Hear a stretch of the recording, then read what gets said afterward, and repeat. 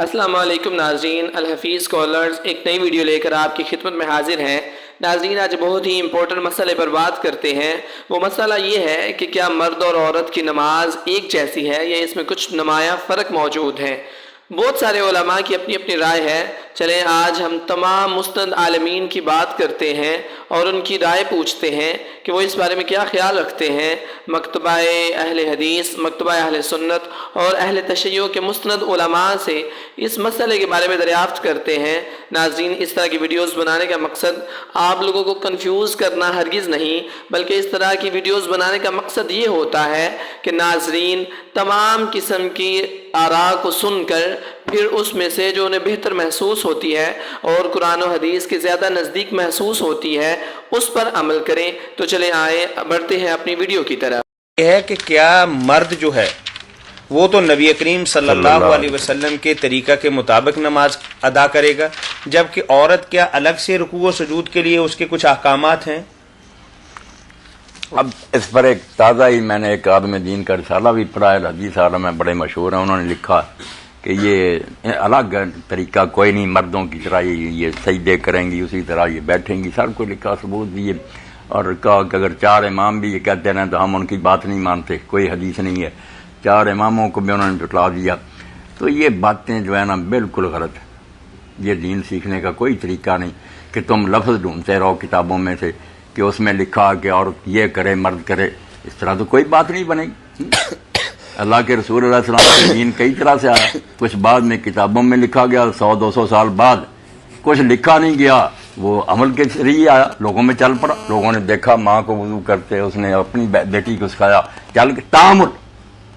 یہ کتابی علم سے وہ علم زیادہ بہتر ہے، صاف بات کہ جو امت میں رائج ہو گیا نا وہ طریقہ زیادہ وزنی ہے بنسبت کہ 200 سال بعد کوئی کہتا میں نے فلاں سے سنا فلاں سے، وہ تو ایک کہانی ہے، سچی بھی ہو سکتی جھوٹی بھی ہو سکتی، مگر جو چل پڑا اور مشرق مغرب تک کہ چاروں امام شیعہ ایک بھی مسلمان گروہ ایسا نہ رہا جو یہ کہتا ہو کہ عورت مردوں کی طرح نماز پڑھے۔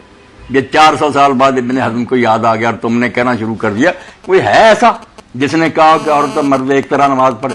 اور جو تستر کی بات ہے کہ عورت کو حکم وہ دو جس میں پردہ رہے، بالکل چھپا رہے اس کا جسم، عقل کی بات، دین بڑا ہوا ہے کہ ان کا جسم نمایاں نہیں ہونا چاہیے، اسی لیے پردہ ہے، برقعے ہیں، ورنہ اگر دکھانا ہی ہے سب کچھ، اور تنگ لباس بھی جو کہا کہ نہ عورت پہنے، سب کچھ اس کا بڑا ہو نظر نہ آئے، تو آپ ایسا سجدہ کرانا چاہتے ہیں کہ وہ اٹھ کر کرے اور اس کے چوتڑا یہ سارا جو سرین ہے صاف نظر آئے؟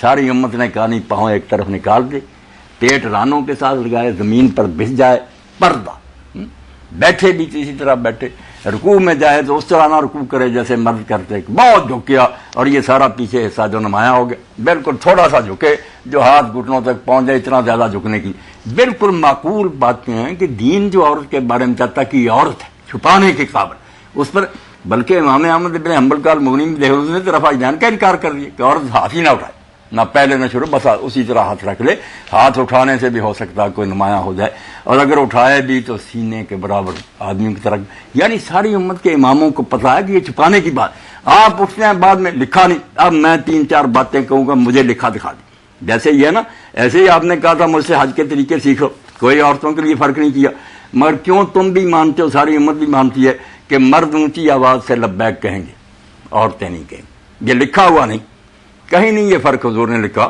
یہی کہا کہ مجھ سے احکام سیکھ لو، آپ نے تو احکام پر یہی اونچی لبیک کہا تھا، جبریل آیا آپ نے صحابہ کو بھی کہا اونچی کہو تو لبیک، مگر عورتوں کو کیوں نہیں کہنے دیتے؟ کیوں کہتے ہو کہ سارے اہل علم کہتے ہیں کہ نہیں عورت کی آواز چھپی ہوتی ہے؟ پہلا طواف ہے طواف القدوم، مکہ میں جا کر سارے امت کے علماء مانتے ہیں کہ پہلے 3 چکر جو ہے اس میں رمل ہوگا، مرد جو ہے نا اگر گنجائش ہو ذرا تیز چال سے آئے گی، یہ کندھا ننگا بھی کرے گا، کندھا ننگا تو کرنا ہی ہے، مگر عورتیں تیز چال سے نہیں، چلو کندھا ننگا کی بات لباس آگ لگ گیا، مگر یہ تیز چلنا جو تھا عورتوں کے لیے نہیں، وہ نہیں رمل کر، اسی لیے کہ اگر وہ تیز چلیں گی یہ پستان ہلیں گے، پردے کے خلاف ہوگا۔ صفا مروہ کے درمیان مرد دوڑیں گے میلان اخضران، عورتیں نہیں دوڑیں گی، یہ کہاں لکھا ہوا؟ حالانکہ یہ عمل عورت ہی کی وجہ سے، عورت کی وجہ سے شروع ہوا تھا، حاضر مگر اب بند ہے، پردے کی وجہ سے لکھا فرق نہیں ملنا، تم نماز کی ایک بات کو روتے ہو، یہ اتنے فرق ہیں کہیں نہیں لکھے ملنے، مگر امت ساری مانتی کیسے ہی ہونا چاہیے، اہل علم کا یہ اجماع ہے، تو آپ غضب نہ کریں کہ لکھا نہیں ہمیں ملتا، جو دین چلا آ رہا نا امت کا، انور شاہ رحمۃ اللہ علیہ پر رحم کرے، وہ کہتے ہیں جو لفظوں سے دین ڈھونڈے گا نا کہ کتاب میں کوئی لفظ، بس بے دین ہو جائے گا. کوئی دہریہ، کوئی منکر حدیث کو، کوئی امت کو بھی دیکھو کہ صحابہ اور تابعین امام جاہروں کی بات نہیں کہتے ہیں بدعتیں، اور بدعتیں تو کرنے والے بھی مانتے ہیں کہ فلاں صدی سے چلی تازہ بدعت حسنہ، وہ سنت کہتے ہیں، مگر جو صحابہ نے کیا، اماموں نے کیا، وہ بدعت ہے. وہ دین ہے جو کتابیں لکھنے سے پہلے ہی امت میں رائج ہے. ساری دنیا اس طرح نماز پڑھ رہی تھی، نہ بھی یہ بخاری مسلم لکھی جاتی تو پڑھ رہے تھے لوگ. اس لیے تعامل جو ہے، میں صاف کہتا ہوں یہ سب سے بڑی دلیل ہے. حدیثیں بعد میں دیکھیں گے، امت کا تعامل دیکھیں گے، امت کے نیک اور صالحین اور امام اور ولی کیا کہتے ہیں. جاہلوں کی جو مسجد ہے وہاں پر میں نے نماز پڑھی تو وہاں کی ایک پمفلٹ تھا امام ابو حنیفہ کے حوالے سے، جس پہ لکھا ہوا تھا کہ عورتیں بچھ کر سجدہ کریں اور اپنی ایلبو زمین پر بچھا کر سجدہ کریں. تو آپ پلیز مجھے، میرا سوال جو ہے وہ امام ابو حنیفہ سے متعلق ہے کہ کیا واقعی امام ابو حنیفہ نے ایسا کہا؟ دیکھیے یہاں پھر وہی مسئلہ ہے کہ ایک چیز ہے مذہب اور ایک چیز ہے کلچر. ہمارے جو جورسٹ ہیں، فقہا، امام ابو حنیفہ بھی ایک فقیہ ہیں، انہوں نے بہت سے معاملات میں بعض کلچرل چیزوں کو داخل کیا ہے. میں بہت سی مثالیں اس کی آپ کو دے سکتا ہوں. وہ اس اصول پر داخل کی جاتی ہیں کہ وہ محسوس کرتے ہیں کہ اس کام کے نتیجے میں کوئی خرابی ہو جائے گی، تو خرابی کو سامنے رکھ کے بعض اوقات کوئی ہدایت دے دیتے ہیں. خاص امام ابو حنیفہ نے کیا کہا ہے وہ ایک الگ بحث ہے، لیکن حنفی اصول وہی ہے جو آپ نے بیان کر دیا ہے. یہ ضروری نہیں ہوتا کہ ہر حنفی فقہ کی بات امام ابو حنیفہ کی بات بھی ہو. امام ابو حنیفہ نے ابتدا کی، اس کے بعد بہت سے دوسرے اہل علم پیدا ہوئے، اس سے پورا کا پورا سٹرکچر بنا ہمارے فقہ کا، اس کو حنفی فقہ بعض اوقات کہتے ہیں، اور کہہ بھی دیتے ہیں کہ امام ابو حنیفہ کی رائے ہے. تو قرآن مجید میں ایسی کوئی بات نہیں، نبی صلی اللہ علیہ وسلم نے کبھی ایسی کوئی بات نہیں کہی کہ عورتیں اور طریقے سے نماز پڑھیں، مرد اور طریقے سے نماز پڑھیں. نماز کے بارے میں جو ایک جنرل ہدایت لوگوں کو آپ نے کی وہ کیا ہے؟ صلو کما رأیتمونی اصلی، جیسے میں نماز پڑھتا ہوں ویسے نماز پڑھتا ہوں. حضور مرد تھے نا، آپ نے عورتوں کو بھی یہی کہا، مردوں کو بھی یہی کہا. اگلا سوال ہمارے پاس پرویز خان بھائی کا ہے. قتلنگ سے پوچھتے ہیں عورت اور مرد کی نماز میں فرق ہے یا نہیں؟ اہل حدیث والے کہتے ہیں کہ مرد اور عورت کی نماز ایک جیسی ہے. سبحان اللہ. اگر مرد اور عورت کی نماز میرے بھائی ایک جیسی ہے تو پھر ناراض نہ ہونا. ایک دن امی جی سے کہیں امی آپ آ کر اذان دیں، ایک دن بہنا جی سے کہیں آپ آ کر آج تکبیر پڑھیں. مرد ٹخنوں سے اوپر شلوار رکھ کے پڑھتا ہے، آپ بھی خاتون کو کہہ دیں آج بیگم صاحبہ شلوار ٹخنوں سے اوپر رکھ کے نماز کی ادائیگی کرائیں. یہ کیسی باتیں کر رہے ہیں؟ مرد عورت کی نماز میں فرق نہیں ہے. اور بابا یاد رکھو، ایک ہے مالی عبادتیں، ایک ہیں جسمانی عبادتیں. جو مالی عبادتیں جیسے زکوٰۃ ہے، صدقہ ہے، خیرات ہے، مرد عورت کی برابر ہے. لیکن جو جسمانی عبادتیں جیسے نماز ہے، جس طرح روزہ ہے، اور جس طرح کیا کہتے ہیں حج ہے، یہ مرد عورت میں فرق ہے، اس میں فرق موجود ہے. رسول اقدس صلی اللہ علیہ وسلم کے پاس حدیث پاک ہے، معجم میں موجود ہے، اللہ کے رسول صلی اللہ علیہ وسلم کے پاس دو خواتین آئیں. انہوں نے آ کر سجدے کے بارے میں سوال کیا تو رسول اقدس صلی اللہ علیہ وسلم نے فرمایا فَضُمَّ بَعْضُ اللَّحْمِ إِلَى الْأَرْضِ فَإِنَّ الْمَرْأَةَ لَيْسَتْ فِي ذَلِكَ كَالرَّجُلِ. کہا بیٹیو تم دونوں یہ بات ذہن نشین کر لو کہ آپ کا سجدہ یوں نہیں ہوگا جیسے مردوں کا ہے. آپ سجدہ کریں گی زمین پہ بچھ کے کریں گی تاکہ آپ کا پردہ برقرار رہے، کیونکہ مرد عورت کی نماز میں فرق موجود ہے. یہ امام الانبیاء صلی اللہ علیہ وسلم ارشاد فرما رہے ہیں، تو اس لیے مرد عورت کی نماز میں فرق سمجھیے. کیا ضرور پڑے. اچھا علی بھائی، آپ کسی موقف پہ پہنچے مرد اور عورت کی نماز میں جو فرق آپ کہہ رہے تھے، ابھی میں فائنلی کوئی بات نہیں کر، میں نے ابھی اس کے اوپر مطلب ابھی تک تو میرا موقف غامدی صاحب کے ساتھ ہے کہ کوئی فرق نہیں ہے. اس کی وجہ یہ ہے کہ بخاری، مسلم، ابو داؤد، ترمذی، نسائی، ابن ماجہ میں عورتوں کے مسائل کے علیحدہ چیپٹرز بنے ہوئے ہیں، لیکن نماز کے مسئلے میں آپ کو کوئی اس طرح کی علیحدہ بائیفرکیشن نظر نہیں آتی. جو روایتیں لے کے آتے ہیں سنن کبریٰ البیہقی سے یا مصنف ابن ابی شیبہ سے لے کے آتے ہیں، وہ روایتیں بھی بڑی کمزور ہیں. لیکن مولانا ساق صاحب کا موقف اپنی جگہ مضبوط تھا. وہ کہتے ہیں عملی تواتر اس کو سپورٹ کر رہا ہے کہ شیعہ کے ہاں روایتیں ایسی ملتی ہیں، شیعہ بھی عورت مرد کی نماز کا فرق کرتے ہیں اور اہل سنت میں بھی کرتے ہیں. ان کا موقف یہ ہے کہ امام ابن تیمیہ نے یعنی یہ پہلی دفعہ مسئلہ اٹھایا ہے، حالانکہ ایسا نہیں ہے. امام بخاری بھی اس کے قائل لگتے ہیں. تو امام بخاری کے الفاظ کی انٹینسٹی بتا رہی ہے کہ ام دردہ ایک فقیہ خاتون تھی اور نماز میں مردوں کی طرح بیٹھتی تھی. دو انہوں نے میسج دیے ہیں کہ وہ جاہل عورت نہیں تھی، صحابیہ تھی، ابو دردہ کی بیوی، ابو دردہ صحابہ صفہ میں سے، رومن امپائر میں چیف جسٹس لگایا حضرت عمر نے شام میں ان کو، ان کی بیگم کے بارے میں یہ بات آ رہی ہے کہ وہ فقیہ بھی تھی، یعنی فقاہت تھی دین میں، اور وہ مردوں کی طرح نماز میں بیٹھتی تھیں. یہ امام بخاری نے بتایا کہ وہ مرد اور عورت کی نماز کا فرق نہیں کرتی تھی. لیکن اس سے بات یہ بھی سمجھ میں آ رہی ہے نا، اس کا مطلب ہے کہ وہ مردوں کی طرح بیٹھتی تھی تو عورتوں کا بھی کوئی طریقہ تھا.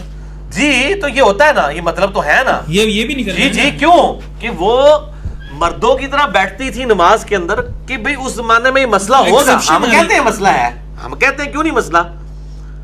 جب جز رفع الیدین میں آتا ہے کہ امام بخاری عبداللہ بن عمر کے بارے میں نقل کرتے ہیں کہ وہ کنکریاں مارتے تھے اس بندے کو جو رفع الیدین نہیں کرتا تھا، تو ظاہر ہے اس سے نکلتا ہے کہ اس زمانے میں لوگ رفع الیدین نہیں کرتے تھے، سستی کی وجہ سے چھوڑ دیتے تھے.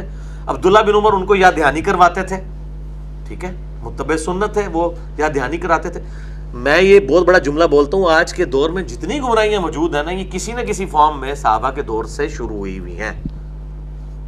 یہ رجم کی سزا کا انکار صرف غامدی صاحب نے نہیں کیا، خوارج بھی رجم کی سزا کو نہیں مانتے تھے، ٹھیک ہے.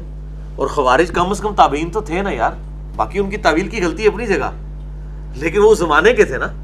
تو غلطیاں تو ہر زمانے سے، معتزلہ کئی معاملات میں ان کا اختلاف رہا ہے. یہ عذاب قبر کے جو منکرین والا ایشو ہے اور برزخ اور یہ فرق، یہ کو آج کے تو نہیں ہے، شروع سے ہیں. اسی لیے امام بخاری کو کتاب میں باب باندھنا پڑا، اور امام بہقی نے اس بات عذاب قبر پوری کتاب لکھی ہے. وہ اسی لیے لکھی ہے کہ لوگ انکاری تھے. ہم ذکر کر دیں کہ مرد اور خاتون کی نماز میں کیا کیا فرق ہیں. مرد اور خاتون کی نماز ایک جیسی ہے سوائے چند افعال کے. واجبات وہی ہیں، ارکان وہی ہیں، طریقہ کار وہی ہے. یہ نہیں ہے کہ ان کے واجبات زیادہ ہیں خواتین کے کم ہیں، اسی طرح مثلا کہ ارکان ان کے زیادہ ہیں خواتین کے کم ہیں. باقی تمام چیزیں، پردے کا ذکر ہم کر چکے ہیں کہ خاتون کا جو پردہ ہے، یعنی کہ جو نماز کا لباس ہے، وہ مکمل جسم چھپا ہوا ہو. مرد کے لیے الگ حکم ہے. یہ چیزیں ہم تفصیلی طور پر ڈسکس کر چکے ہیں. جو نماز کا طریقہ ہے نماز پڑھنے کا، اس میں ہم انشاءاللہ تفصیل بتائیں گے کہ خاتون اور مرد کی نماز میں کیا فرق ہے. خاتون جسم کو کلوز کرے گی تنگ کر کے، جس طرح مردوں کے لیے کہ رکوع میں جائیں ہاتھ ایسے گھٹنوں پہ رکھیں اور کوہنیاں باہر نکال دیں، سجدے میں جائیں تو کوہنیاں باہر نکال دیں. خاتون کے لیے یہ نہیں ہے. خاتون کے لیے مستحب ہے کہ وہ کلوز رکھے اپنے بازوں کو، اپنی ٹانگوں کو. رکوع میں جائے تو زیادہ نہ جھکے، اپنی پشت کو زیادہ بلند نہ کرے. اسی طرح سجدے میں جائے تو اپنی پشت کو زیادہ بلند نہ کرے، سکڑ کے رکھے اپنے آپ کو، اور رکوع میں بھی ایسا کرے، سجدے میں بھی ایسا کرے. یہ خاتون کے لیے مستحب ہے. مرد کے لیے ہے کہ رکوع میں وہ عورت مردوں کی طرح نماز پڑھے یا الگ. کہا جاتا ہے کہ مرد اور عورتوں کی نماز میں فرق ہے، لیکن ابھی حال ہی میں مجھے پتہ چلا ہے کہ کوئی فرق نہیں ہے. بس اگر کوئی غیر محرم موجود ہو تو عورت کو تھوڑا سا سمٹ کر نماز پڑھنی ہوتی ہے. اگر ہم نے ساری زندگی مرد سے الگ طریقے سے نماز پڑھی ہو تو کیا ہمیں پچھلی نمازوں کی قضا کرنی ہوگی، یا اب صحیح طریقے سے نماز پڑھ لیں تو کافی ہوگا؟ منہال صاحبہ. جناب منہال صاحبہ محترمہ، شریعت میں عورت کی نماز اور مردوں کی نماز میں فرق ہے، اور یہ فرق اجماع امت سے ثابت ہے. اس پر میرا کلپ ہے، آپ وہ سن لیں. ابھی میں یہ تو شارٹ مسائل میں جواب دیتا ہوں. مرد اور عورتوں کی نماز میں فرق، یہ کئی سارے کلپ آ جائیں گے، وہ آپ سارے سن لیں تو اس میں مدلل بتایا میں نے. بہت سے مسائل اجماع امت سے ثابت ہوتے ہیں. تو چاروں اماموں کا اس پر اجماع ہے، حنفیہ کا، مالکیہ کا، شافعیہ کا، حنابلہ کا. امام احمد بن حنبل جو امام بخاری کے استاذ ہیں، انہوں نے بھی یہ بات لکھی ہے کہ عورت سمٹ کے نماز پڑھے گی. امام شافعی بھی کہتے ہیں، امام مالک بھی، اور حنفیہ کا بھی یہی مذہب ہے. تو یہ تو بعد میں شروع کیا ہے. حتیٰ کہ قدیم اہل حدیث جو تھے نا ہندوستان میں، وہ بھی 150-200 سال پرانے ان کے فتوے دیکھیں گے آپ، وہ بھی یہی کہتے تھے کہ عورتیں سمٹ کے نماز پڑھے گی. عرب علماء کے قدیم جتنے فتاوی ہیں، سعودیہ کے ہوں، کویت کے ہوں، وہ سب میں یہی لکھا ہے کہ عورت سمٹ کے نماز پڑھے گی. تو کچھ مسائل اجماع سے ثابت ہوتے ہیں، ان کے لیے صریح حدیث کی ہمیں ضرورت نہیں ہوتی. جیسے عورت آہستہ آواز سے لبیک کہے گی، زور سے لبیک نہیں کہے گی، اس کا کسی حدیث میں تذکرہ نہیں ہے، اجماع امت سے ثابت ہے. عورت جو ہے صفا مروہ پہ دوڑے گی نہیں بلکہ چلے گی، کسی حدیث سے ثابت نہیں ہے، اجماع امت سے ثابت ہے. اسی طرح عورت کا سمٹ کے نماز پڑھنا یہ اجماع امت سے ثابت ہے. اب عرب علماء نے اس کو تبدیل کیا ہے. جو ہم سلفی علماء ہیں انہوں نے اس حدیث کے پیش نظر کے حدیث میں آتا ہے صلو کما رأیتمونی اصلی، ایسے نماز پڑھو جیسے میں نماز پڑھتا ہوں. تو انہوں نے کہا بھائی نبی نے تو مرد اور عورت کی نماز میں کوئی فرق نہیں رکھا، تو اس لیے ہم بھی عورتیں بھی ایسے ہی پڑھیں گی جیسے نبی نے پڑھی، سمٹ کے نہیں پڑھیں گی. لیکن ان سے ہمارا سوال یہ ہے کہ یہ تو حج کے بارے میں بھی تو نبی نے فرمایا خذوا عنی مناسککم، حج کا طریقہ مجھ سے سیکھو، یعنی جیسے میں حج کر رہا ہوں ایسے حج کرو. تو نبی نے تو زور سے لبیک کہا ہے، تو عورت پھر آہستہ کیوں لبیک کہہ رہی ہے؟ نبی نے تو صفا مروہ میں دوڑے ہیں، تو عورت چل کیوں رہی ہے، دوڑ کیوں نہیں رہی؟ ظاہر ہے اس لیے چل رہی ہے کہ اجماع سے ثابت ہے کہ عورت چلے گی دوڑے گی نہیں. اجماع امت سے ثابت ہے کہ عورت آہستہ لبیک کہے گی، زور سے نہیں کہے گی. تو اسی طرح اجماع امت سے بھی یہ بات ثابت ہے کہ عورت سمٹ کے نماز پڑھے گی. صدیوں تک جتنے فقہا گزرے ہیں نا، ان کی کتابیں آپ اٹھا کے دیکھ لیں تو اس میں سب میں یہی لکھا ہے پوری دنیا میں کہ عورت سمٹ کے نماز پڑھے گی. اور حدیث میں آتا ہے رسول اللہ صلی اللہ علیہ وسلم نے فرمایا لا تجتمع امتی علی ضلالہ، میری امت گمراہی پہ جمع نہیں ہوگی. تو یہ تو چند میں نے دلائل دیے، مزید دلائل آپ کو اس کلپ میں مل جائیں گے. اس لیے آپ سمٹ ہی کے نماز پڑھیں، چاہے محرم دیکھنے والا یعنی نامحرم کوئی دیکھنے والا ہو یا نہ ہو. کیونکہ عورت کو جو نماز میں سمٹنے کا حکم ہے نا، اس کی وجہ حیا ہے، کیونکہ عورت میں حیا مطلوب ہے. اب دیکھیں نبی صلی اللہ علیہ وسلم نے حکم دیا عورت کی گھر کی نماز مسجد سے افضل ہے، اور گھر میں بھی کمرے کی نماز صحن سے افضل ہے. اسی طرح عورت کو حکم ہے کہ پورا جسم ڈھانپ کے نماز پڑھے، وہ چاہے کوئی دیکھنے والا ہو یا نہ ہو، پھر بھی وہ مکمل پراپر ڈریس پہن کے نماز پڑھتی ہے.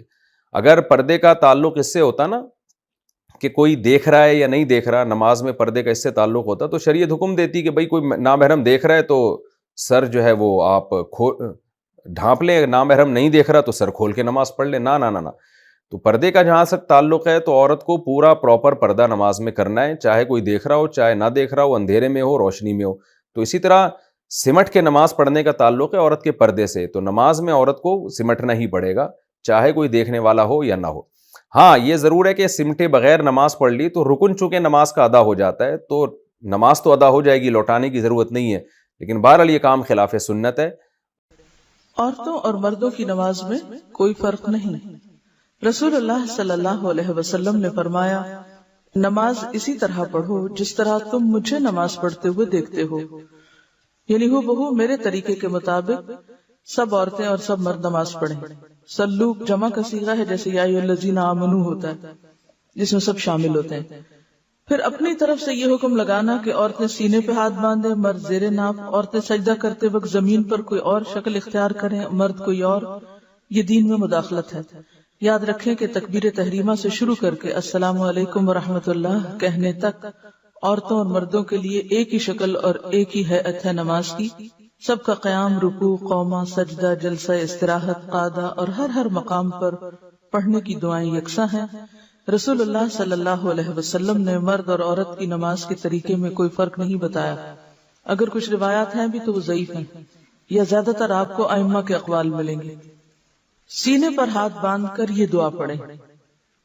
حضرت ابو ہریرہ رضی اللہ عنہ روایت کرتے ہیں کہ رسول اللہ صلی اللہ علیہ وسلم تکبیر اولیٰ اور قرات کے درمیان کچھ دیر چپ رہتے، اللہ اکبر اور سورۃ فاتحہ کے درمیان کچھ دیر چپ رہتے. بس میں نے کہا میرے ماں باپ آپ پر قربان، اے اللہ کے رسول صلی اللہ علیہ وسلم، آپ تکبیر اور قرات کے درمیان خاموش رہ کر کیا پڑھتے ہیں؟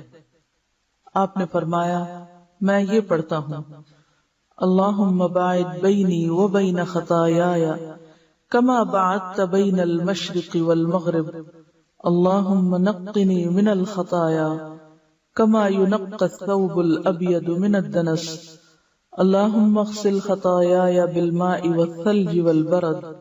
یا اللہ میرے اور میرے گناہوں کے درمیان دوری ڈال دے جیسے تو نے مشرق اور مغرب کے درمیان دوری رکھی ہے.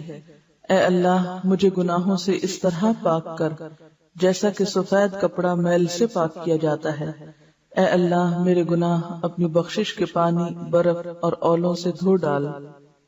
اصل میں پانی کے بعد برف اور اولوں کا ذکر جو ہے یہ طہارت میں مبالغہ بھی ہے.